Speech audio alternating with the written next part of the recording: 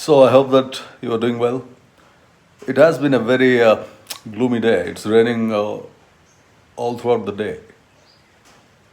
Nevertheless, I just finished reading two books and I thought that I would share some of my views on that idea, and it's about habit. I know that it sounds pretty, commonplace to talk about habits. We all have habits. But then there is a lot to it. And who can deny that? Your habits make you who you are. So if you're interested in learning a bit more in depth about uh, habits and the way they kind of make you or shape your mental life, then watch out for the episode. And by the way, those who are new to this channel, I am RK and I teach cognitive science at the University of Hyderabad.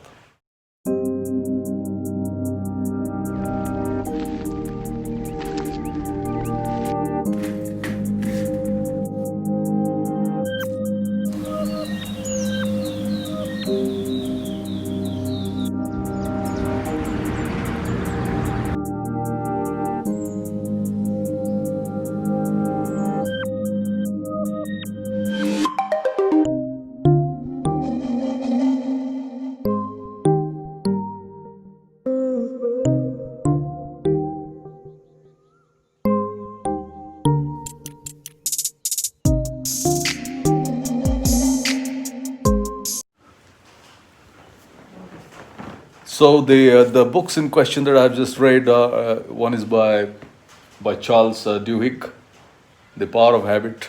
They both are kind of popular books, you can say. You can find them in the airport or stuff like this.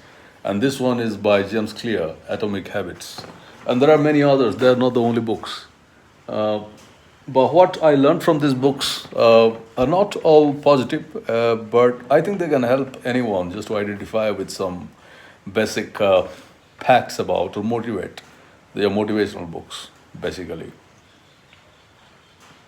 As you know, all such popular books, they do not deal with the science. They kind of pick the science that fits the author's viewpoint, and they wave a story around that, even picking some historical examples. So our focus is habit. Habit defined is easily a set of rituals, a set of things that you have grown up doing or you have trained yourself to do. And therefore, it obviously has to do with your psychology.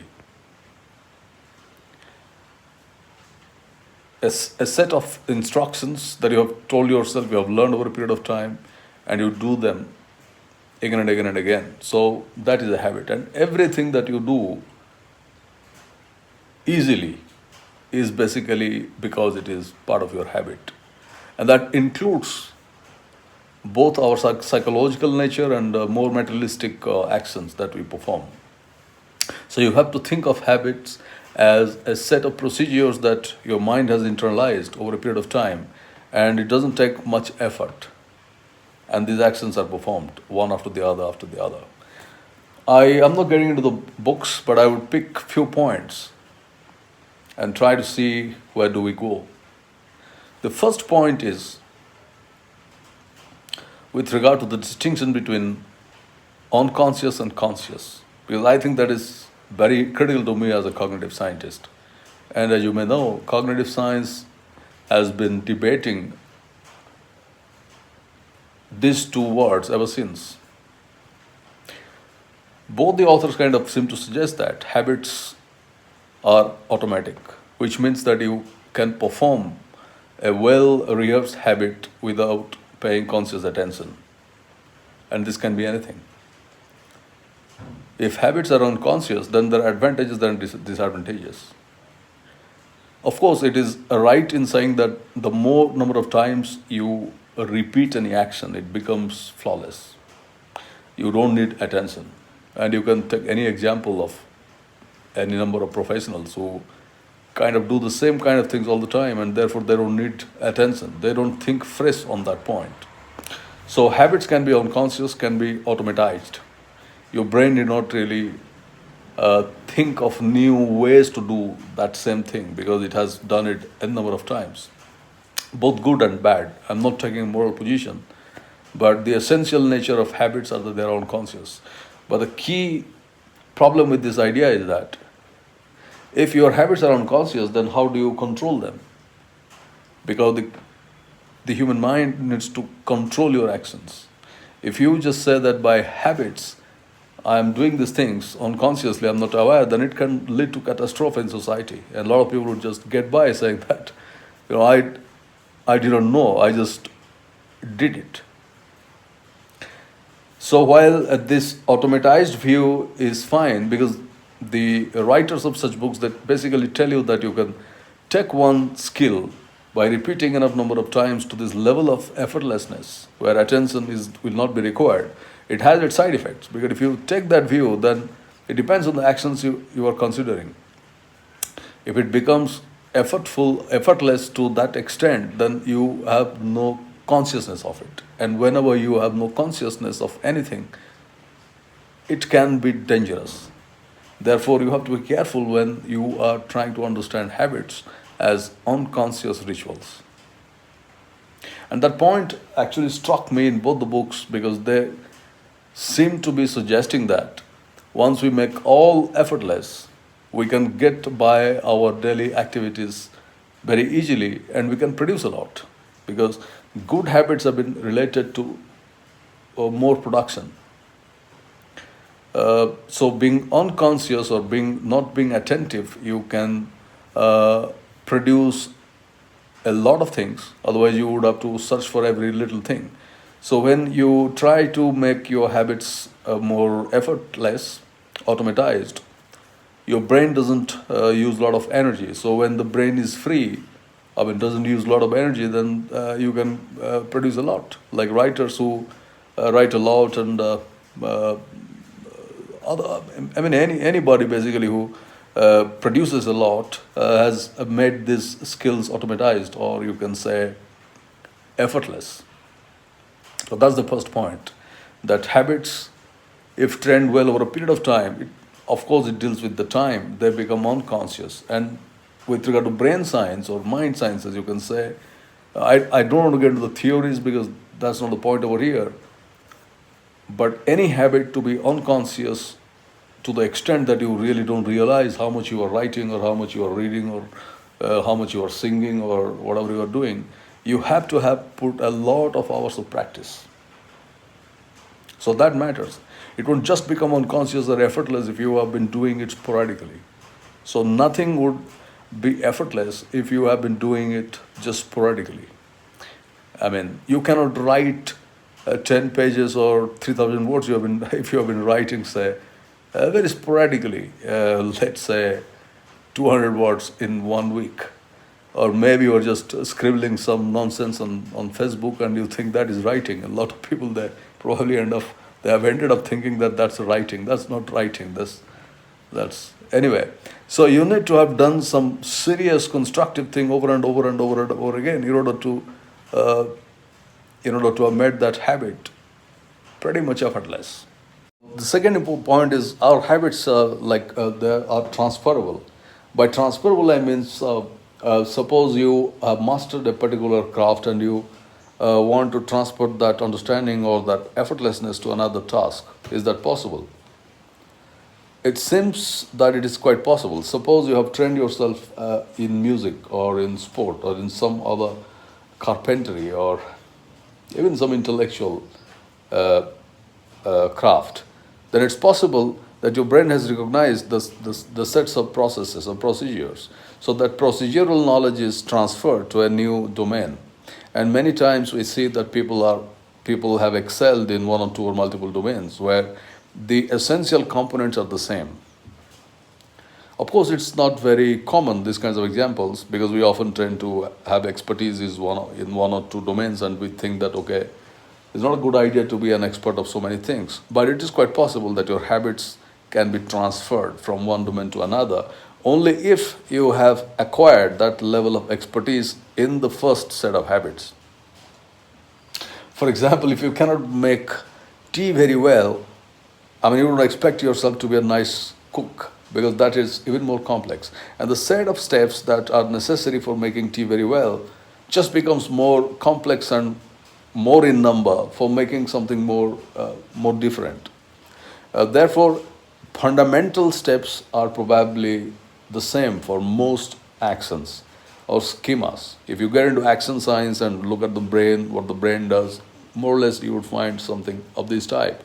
So for the brain, it really doesn't matter, which simple or complex actions you are performing. It just looks at the procedural steps, whether you have mastered them or you are new to it, and then it goes ahead.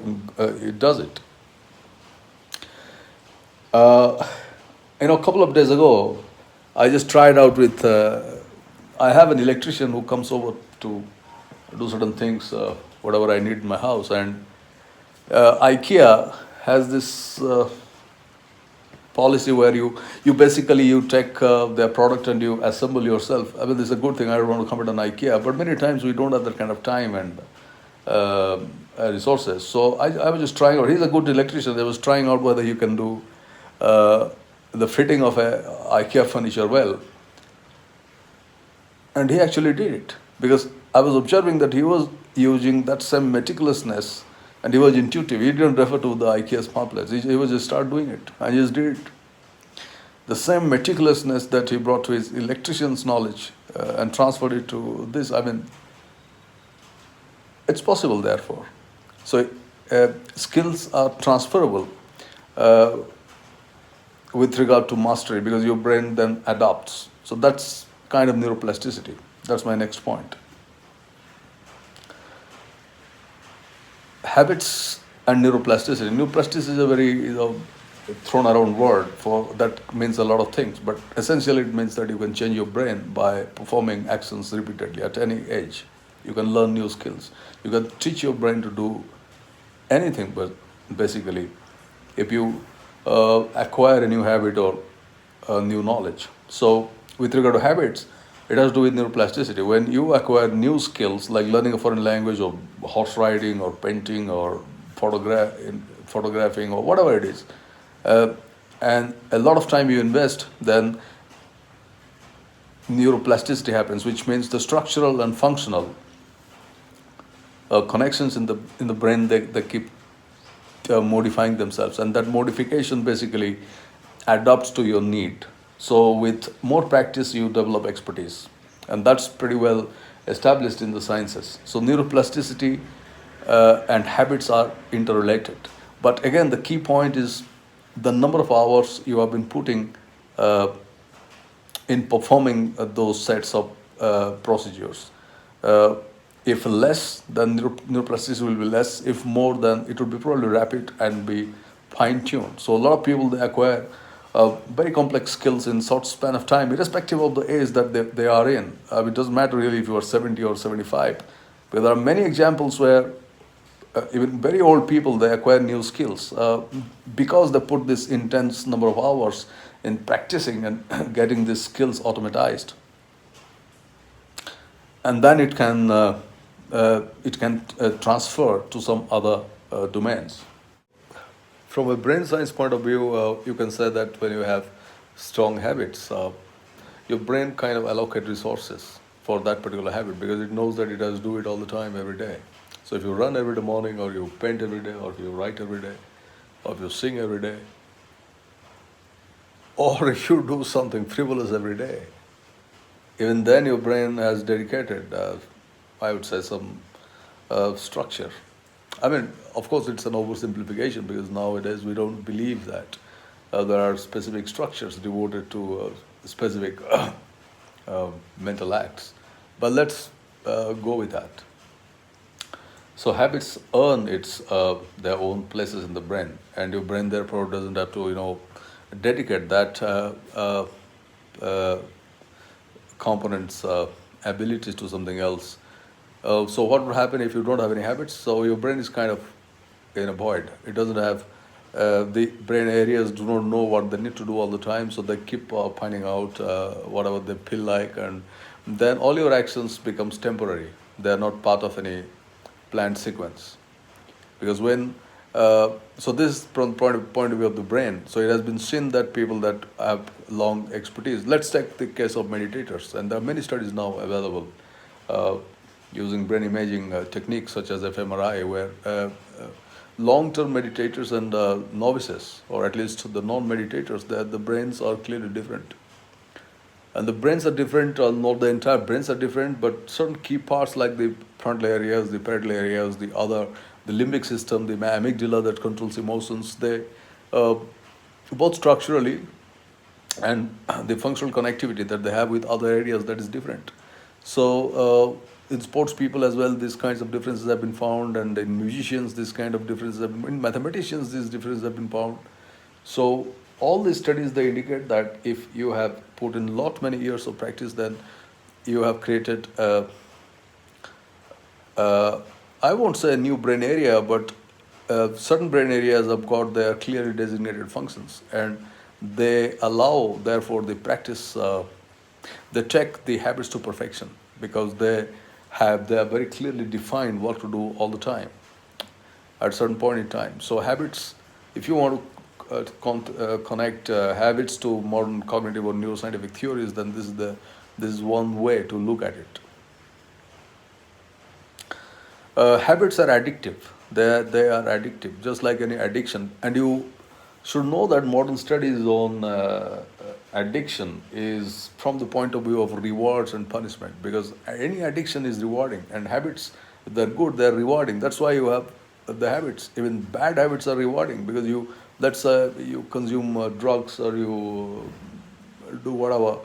So both are rewarding. That is why you have made them into habits, and they're addictive. People that have strong habits, if they do not do them, they feel bad or feel guilty. So there is a connection between implementing the habits, the frontal areas are more on that, and emotions, because you feel guilty if you have not done those habits because of whatever reason. So suppose you have not written, if you are a writer, or if you have not run, if you are a sports person, or if you have not painted, so you feel guilty. So the sense of guilt comes because the emotion areas of the brain are linked to habitual actions. So when those actions are not performed, you feel terrible. Therefore, good habits are addictive, just as bad habits.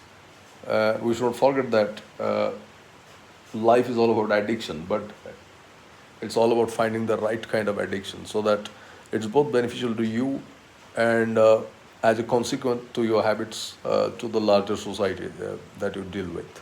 There's an important point that I came across in one of these books, maybe James Clear. How do you cultivate good habits? I mean, this can be politically a bit tricky, advising people for good habits, because these days anything becomes very sensitive. If you advise somebody, then you are judged as right or left. Jordan Peterson, the Canadian psychologist and the YouTube personality, comes to my mind. When Peterson started making small videos, basically advising, because he was a clinical psychologist, so he was advising people on their personal fit, that he would say, people to first get on with daily life, clean their houses and beds, and get up and stand tall and go for life, and then everything else will fall in place. What essentially was trying to do is to give them a set of habits that they can practice. So, and many times maybe people become better. So if you have illusions, or you can't do any creative stuff, or you think of yourself as challenged, there is something to learn from these tips. Basically, to get into a new set of habits that defines you and gives you some identity. Even many times in psychiatric hospitals, you will see, it has been a long regiment ever since psychiatry established itself as a discipline, and clinics began in Europe and etc. That apart from counseling and medicines, because psychiatric medicines are new, the patients would be given heavy ritualized work to do. And that would mean doing anything basically in a systematic manner, so that when they set their times in a certain manner throughout the day, then probably their delusions came down.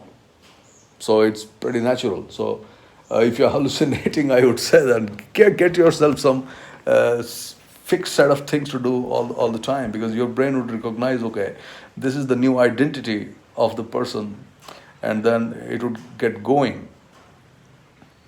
So habits are essentially learnable, and they make you who you are.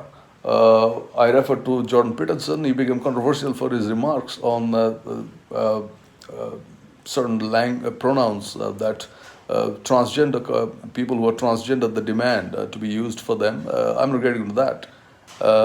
But his other advice, and I think he wrote a very popular book, 12's Rule for Life or whatever. And there are many books of that type. Essentially, they are trying to motivate you by telling you that you develop a set of habits and you perform them all the time. So you will not have time to think what to do. The moment you start doing that, then your mind creates all these illusions, and you turn to social media, you turn to all other kinds of things where basically they're not giving you much, but they're taking away all your time. So that's pretty essentially is clear. I mean, I'm not against social media, but you can do it as something very secondary. It cannot be your primary purpose of life. So if you want to be an intellectual, or if you want to be an author, then you have to write books. You have to write articles. You just can't put down some tidbits on whatever social media, and think of yourself as achieving something. So the habit of doing anything important begins from simple things, and that's one of the very clear suggestions from these two books, that you have to perform simple things and master them first, and then all complex things that can be going to Mars itself or being an astronaut can follow. So if you have not mastered simple things, then probably your brain has not, I would say, learned a pattern, and therefore it just cannot accommodate anything complex you tell. It would all remain in the realm of illusion that you can do, but you actually cannot do, or you wouldn't be able to do, because you have never done anything simple enough number of times in order to know whether you can do or not. So people who have never written a paragraph or two or three, or they force themselves to write, I would expect them to write a book or do something meaningful, because they would always come and stop at a certain point, because they have never taken their skills to a level of effortlessness, or their habits to a level of effortlessness. And I would say that the neuroplasticity has not happened because they left it probably when it was taking flight. As Confucius said, that you have to read 10,000 books in order to be an intellectual. So there are some numbers. I mean, I can't say how many hours you should put to learn carpentry or to learn music, but there are certainly these number calculations. How many number of hours you should really put in order to make that skill effortless. So the point that I want to convey, based on these two books and many other readings, is that you can bring in neuroplasticity pretty dynamically if you start simple things, simple actions, and perform them repeatedly, and not allow your brain to entertain bizarre thoughts. And that, interestingly, you call the page of seeking motivation. Your brain doesn't know what to do, and you define it as your brain is seeking motivation precisely. And somebody else would come in and tell you that you should do it. But if you put it in a habitual mode, then there's no point for the brain to think that it has no motivation or it has no interest. So it connects the set of habits, and whatever I'm speaking connects to much more larger psychological issues such as finding motivation and interest. And this is what I see is probably missing in a lot of people, and that they channelize in all negative things, or at least non-productive things. Let's not say negative, but non-productive things. It's like writing a lot of paragraphs and reacting is non-productive essentially on social media, while writing a book is productive, because it's a testament in time and it stays, and people can really react constructively to you, because the people, I mean, otherwise they would not know what essentially you're trying to chatter about. So anything meaningful, anything strong, anything non-phony requires strong habits. It doesn't come easily, but it takes time. Therefore, you need to train small, simple habits and then keep continuing, and you will see all complex things that you ever wanted to do, rock climbing or mountaineering or swimming across the English Channel, they would come as an extension because you already know the basic steps and you have forced your mind to go effortless in executing those steps. Let's agree that habits are rituals. We do them all the time and we don't uh, think of them. I mean, observe some tea seller in a roadside stall who is making tea cups after tea cups. I mean, he doesn't think really. And he has many types of tea, lemon tea. So he doesn't think really, he goes habitually. So habits are uh, like rhythms of the brain. They just keep happening once you start it. Once you start this, put the switch on. To some extent, that they are unstoppable.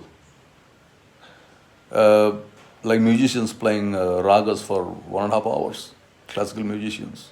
This is not possible if you are thinking at every point what you need to do, because they have practiced so much that it just comes naturally.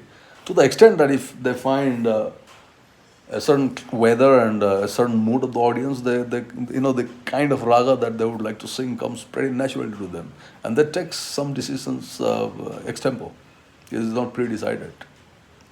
So the other point is between creativity and habits. I already had a long video on creativity. I think that you would like to check that out. Uh, the way I am defining habit, as if it won't leave any creativity, as if the old cliche is that in order to be creative, you need to be intuitive and inventive, and it is a bit different. If you are doing something repeatedly and in a mundane manner, then you are not creative, and that is how we segregate people also. Like a lot of people that do a lot of things repeatedly, they're not creative. But I think this is the old idea. This needs to be corrected. Because the public actually has this tendency to idolize the great, thinking that they achieved certain things as if through God's miracle. That might have happened to Muhammad and Christ. But I think all those great men and women that might come to your mind, they achieved their greatness through repeated practice. And they made whatever they produced a habit. I can go on and on giving you examples of writers and musicians and painters. And they're endless. They all got into habits of production. So they taught themselves these early habits and they just got on doing them, irrespective of whether they got name or fame, and mostly they got. So there was an interesting study that James Clear cites in his book, which I found pretty interesting. In one American university, in a photography course, the instructor had two groups of students, divided them into two groups, and told one group that, okay, throughout the semester, you will not take any pictures, but you will take only 1 or 2 pictures, and that should be the masterpieces. So you can study around, but you don't take any pictures. The other group, he told, you take as many pictures as possible. Interestingly, after 6 months, the group that was told to take only 1 picture produced apparently this masterpiece did nothing, because they kept thinking. They did nothing basically. They didn't have any production. And the other group that was told that, okay, you can come up with any number of pictures, they took 500 pictures or 1,000 pictures, and out of that, 2, 3, 5 were masterpieces. So the take-home message is that you cannot idealize and remain in a state of seeking for inspiration and not do much, because habits are related to actions. And out of many such actions, maybe 1 or 2 or 3 will be appreciated. And it has happened to many people, authors, musicians. Not all books of authors we know. We only know James Joyce for Ulysses or 1 or 2 other books, but they have done so much otherwise that we really don't know. We will never know. They don't publish. So, like Van Gogh painted in a short span of time. Van Gogh died in 1937, and Van Gogh started probably painting in 1928, and he painted near about 3,000 or 4,000 artwork, even till the very end when he was almost diagnosed with a mental illness and was hospitalized. So, and he was painting every day. He was getting up and going out with his pen box in south of France and painting. So writers similarly, they write all the time, every day, a certain amount of words. I'll come to this point of quantification. So I don't think the inspiration thing really is critical here. Once you have certain habits of doing certain things all the time, then out of all the production, one or two or three things will be fine. So I don't think this distinction between doing something in a more habitual, behavioristic way is non-creative. And creative people, they just wait and wait and wait. And I have seen so many people that have waited and waited and nothing has come out of it. So I think actions are important than thinking about actions. And habits are all about actions. Habits basically set you on a path of action so that you don't waste your time thinking a lot. I'm not saying, don't misunderstand me, I'm not saying that you don't think at all. You need to decide what you have to do. But if you only keep thinking in order to produce a masterpiece, in that photography example, you will never do anything. And take it from me, you will never do anything worthwhile because all your time you have spent thinking, and that's not advisable. Habits and rewards. Good habits, or you kind of took them because they are linked to positive rewards. You like them and your brain treated them as such. Anything that is linked to negativity does not become a habit, and that's for sure. So, what you basically need to know, uh, things that you like, that you feel rewarded, and then get going with them. Because naturally, you will not make anything a habit if you don't like it.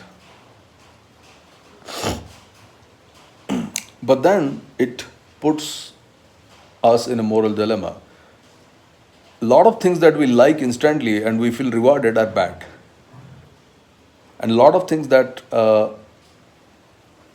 immediately doesn't fetch a reward, but in the long term there is a reward, are actually good. So how do you decide? Uh, there have been many studies where it has been found that people that can delay the reward gratification have indeed done well later on in life. So they just didn't pick something that was rewarding at the moment, but they kind of willfully delayed its gratification and they benefited much later. So suppose you want to learn something difficult, like painting or music or science or writing or anything, or public speaking. It doesn't have any. It doesn't have any reward immediately, and it allows you. How do you get into good habits? Quantification, I think it is very important. You need to really progress with regard to quantification. Suppose you want to learn writing and you have never really written more than 100 words. You need to have a daily record of some quantification. Either you write it down or you record in your mind that you have written 100 words, then 200 words, then 300 words, and then 400 words, then gradually it will go on. So any quantification, if noted down visually or kept in memory, it can helps you. It helps you tracking progress, and this is a good recommendation because once you know that you are empirically moving ahead, because we are creatures that like to feel gratified with actions that we perform, it will eventually be internalized by your brain, and your brain will start focusing more on that habit because you have a sense of moving ahead. But if you have a sense of not moving ahead, being stuck, then probably your brain will leave that. Suppose you join a training program of, say, like anything, and within 15 days you have not made any progress. Either you know or somebody else tells you, then you are likely to move out of the program because you really are not making any progress. But if you are given the feedback that, okay, there is a progress, you are doing better, and etc., then probably you will stick around. So habits that stick around have given us more quantified measure of progress over a period of time. So I think when it is important, when you are starting any new skill or learning, you need to make a deliberate, explicit record of progress in any domain. It doesn't matter, and you have to look at it or regularly, and that will tell you over a period of time how much you are actually able to accomplish. And if there is progress, you will know it, and by the time it would have become a habit. So if you are writing 500 words or 1,000 words every day, and you want to increase that, that kind of record keeping will tell you, uh, if any day or 2 days you don't write, then it's okay. But if you don't write for 7 days, your brain will automatically tell you that, okay, you have not, there is a break in this sequence of habits, and you need to get back to it. So, for example, authors who have writer's block, as you may know, who write something and publish, then they don't write or feel like writing for a long time. They come back because they look back to the earlier works, and this happens in all creative fields. When you look back and you realize, okay, this much I could do, and some quantification, you remember, okay, I could paint it in those many days, or I wrote that book in those many months. Then your brain is already coming back to that state, and it takes you again back to that. So your writer block is over. Your brain is creating inspiration, motivation, interest, whatever you call it, on its own, and that's important. So even this strategy is used in many clinical setups or therapies or etc. Making people aware of their progress by asking them to keep records or maintaining diaries, and this actually helps. Do you need habits after all, or you think that no, I will do whatever I feel like and I will have a successful life? Well, I think all the chances are less, because your habits actually are doing certain other things for you. They are minimizing effort and time, making many things effortless. Your habits are minimizing mental delusions, because you have certain things to do all the time, and you know that they have been productive for you. You have kept a record, because only if you have woken up and you have written 1,000 words, then only you have produced certain things, books or articles. In my case, but in other cases, they differ. Like sports people, if they have worked hard in their practice, then they can run a marathon very easily. The Japanese author Murakami, I always give his example, runs marathons and writes a fiction at least a year. And he never misses either one of this, because it's part of his life. So he never makes a distinction that being a writer, you have to be sedentary, or you don't have to do much, or you have to view all these other brute physical activities as nonsense. But he interestingly generates a lot of his creative fuel of writing from running. And there is a book he wrote, you can find on the internet, on running, and the links. So habits can be connected. Some of the points, I think I am forgetting some other points, but it can be a very long discussion otherwise. So in order to conclude, I think that a set of habits are important, and you are free to choose the habits that define your lifestyle or your work or your future goal, because your habits will take you towards the future goal, and you need to train your mind on those habits. And once they are automatized, then more additional new or advanced skills can be attached to them. That's no problem. But you have to start from the basic, from the foundation. Even if you cannot sit still and write a couple of words, then forget about doing something more. You will always have the pain, and you will always feel like an like somebody who is impersonating, imposter. Sorry. And many people have that imposter syndrome, because they never have strong habits, and they, in any job or in any profession, they feel like they're outsiders. And that negative identification they channelize as reactions to anything and everything, putting it on the other. So I think you will be less of an imposter if you have good habits, because you can just be anywhere. Let's take the example of what's happening now. A lot of people have lost their jobs. Fine, I'm not getting into the coronavirus story. So what do they do now? If only they have good habits, that they can find something else. Even if the situation is this, if they never had a liking or habits, and they always felt like imposters, and I think they're going to be hungry, because there's nothing for them, and it will take a very long time in order to learn something very new. So I think habits take away all the illusions to much extent, and makes you a very solid worker, less of an imposter. Because whoever is impostering will not tell you exactly that I feel like this. He will or she will put it in some other way, just to convince you that society has impaired him If you would have been born on Mars or in America, life would have been better. So he has been, or she has been finger pointing all his life. They essentially have no habits, and they have to be understood in that way. And they are not doing any service to anyone. They are just simply spreading out negativity. So that's it for now, and I hope that you either have good habits. Even I didn't talk about the bad habits for about them. Habits can be good or bad. It can make you a criminal if you are performing crimes on a regular basis, or it can make you a saint. So that's it for now, and I hope that you will find time to explore your own habits and how you can acquire new habits, and look at the way they turn out to be, the amount of time your brain is taking, and amount of uh, effort you are trying to make at comparing the age or the where you are in your life now. And we all need very strong habits, otherwise life itself will be full of, mind will just keep producing illusions, and we will keep dangling. uh, I would have talked a lot about specific personalities who had very strong habits that I know of, but there's no time for that. So talk to you sometimes next, and get into some good habits. Thank you.